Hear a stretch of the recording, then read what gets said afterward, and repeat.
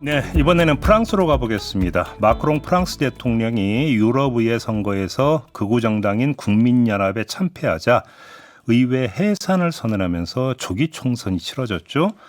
1차 투표 결과 국민연합이 33.1%의 득표율을 기록하며 1위를 했고요. 범여권은 20.76%를 득표하며 참패를 했는데 아직 2차 투표가 남아있기는 합니다만 언론에서는 벌써부터 동거정부 가능성을 점치고 있다고 합니다.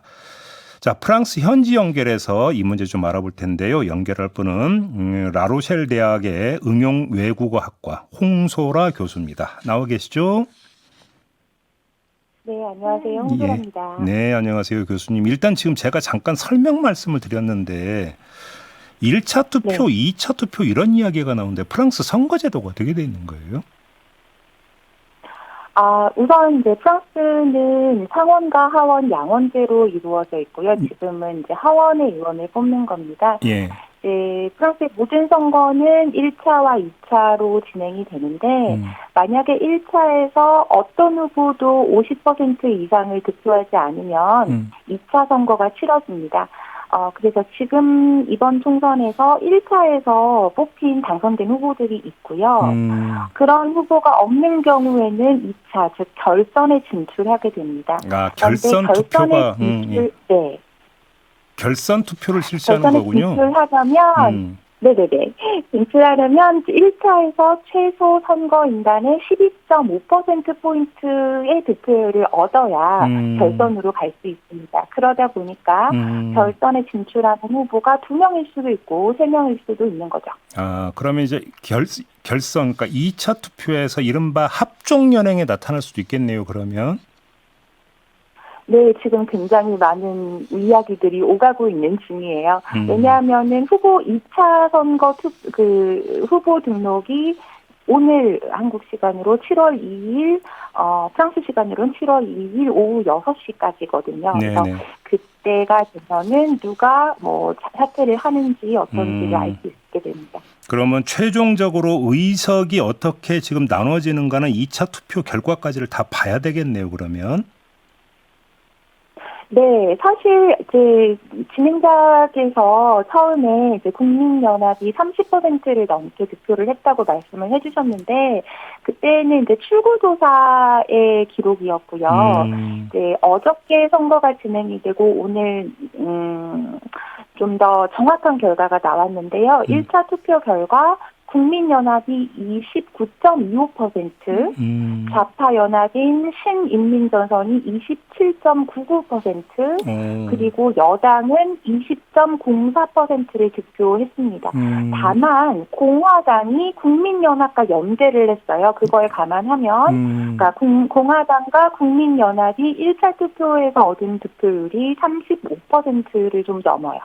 그러면 지금 여당하고 신인민전선 좌파연합이잖아요. 이 두 군데가 연합할 가능성도 있겠네요, 그러면?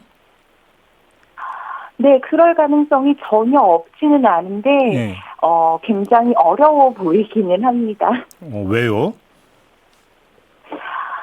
왜냐하면, 지난 이제 2022년에 대선이 있었고, 그 다음에 바로 총선이 있었잖아요. 네. 그때에 여당에서 어떤 전략을 펼쳤었냐면, 우리 극우가 있고, 저 좌파 연합들은 극자다. 저 극우와 극자 모두 나쁘니, 우리는 중립이니, 우리를 뽑아라라는 전략을 이제 취했어요. 그 이후로 좌파 연합 중에서 특히 유력한 대선 후보인 멜랑숑이 있는 굴복하지 않는 프랑스의 경우에는 굉장히 수년간을 거쳐서 되게 악마화되는 과정을 거쳤거든요. 그러다 보니까 지금 이 상황에서도 여당에서는 너무 쉽게 저 신인민전선과 연합하자라고 이야기가 나오질 않는 거예요.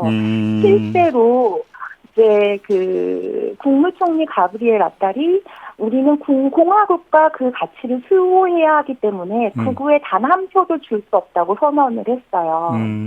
그런데 그래서 그냥 이렇게 들으면 마치 신인민전선과 연합하자라고 들리는데 네. 더 자세히 들어가게 되면 여당의 적지 않은 수가 멜랑숑하고는 연합할 수 없다라고 밝히고 있거든요. 그러니까 예를 들면 신인민전선에 사회당과 공산당, 녹색당, 그리고 굴복하지 않는 프랑스 이렇게 등등이 있는데 그중에서 다른 당은 괜찮지만 굴복하지 않는 프랑스 당의 후보가 있는 경우에는 우리 여당의 후보가 3위를 한다 하더라도 그래서 우리가 사퇴하지 않으면 극우가 당선이 된다 하더라도 사퇴할 수 없다라는 후보들이 좀 나오고 있는 상황이라서요.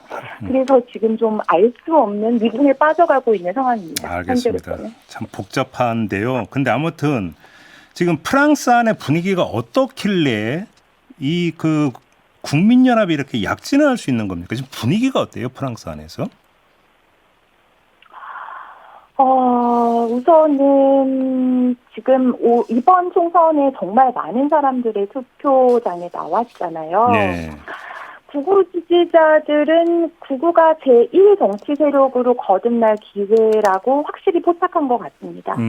사실 2002년에 프랑스에서 장마리 르펜이 결선에 진출하면서부터 극우가 프랑스에서 굉장히 정치적으로 중요한 이벤트가 있을 때마다 주요한 역할을 해왔거든요. 네네.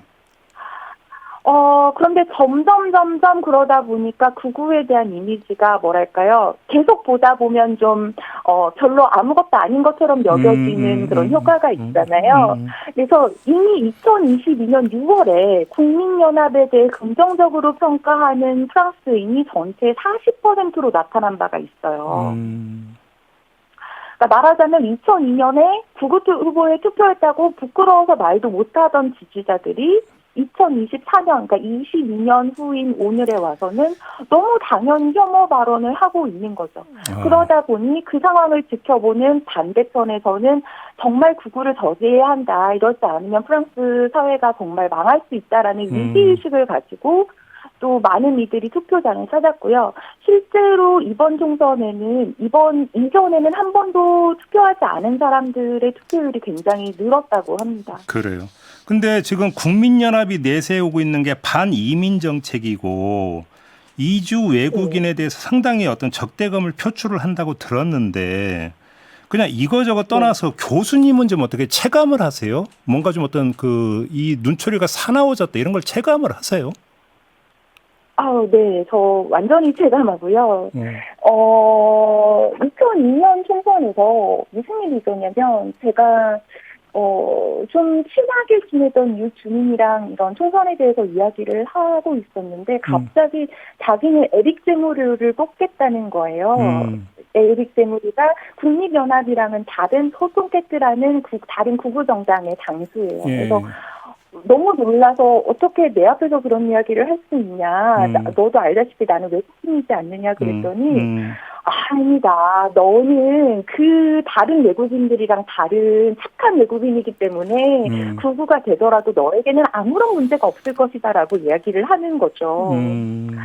그리고 이제 2년이 지나서 2024년 얼마 전에 한 달 전 정도의 일인데요. 그러니까 길을 걷고 있는데 한 중학생 정도 돼 보이는 아이들이 자전거를 타면서 지나가면서 중국인들은 개를 먹는다는데 저 여자 지금 자기 저녁거리를 산책시키고 있다, 가지고 집으로 가고 있다라고 이야기를 하고 지나갔어요. 알겠습니다. 제가 그런 일을 실제로도 겪고요. 알겠습니다. 인터넷에서도 많이 볼 수 있습니다. 시간 때문에 여기서 일단 좀 끊어야 되는데 나중에 좀 다시 한번 연결해서 좀 더 자세한 이야기 좀 들어보도록 하고요. 오늘 인터뷰는 좀 마무리할게요. 고맙습니다, 교수님. 네, 감사합니다. 네, 프랑스 라로셸 대학의 홍소라 교수와 함께했습니다.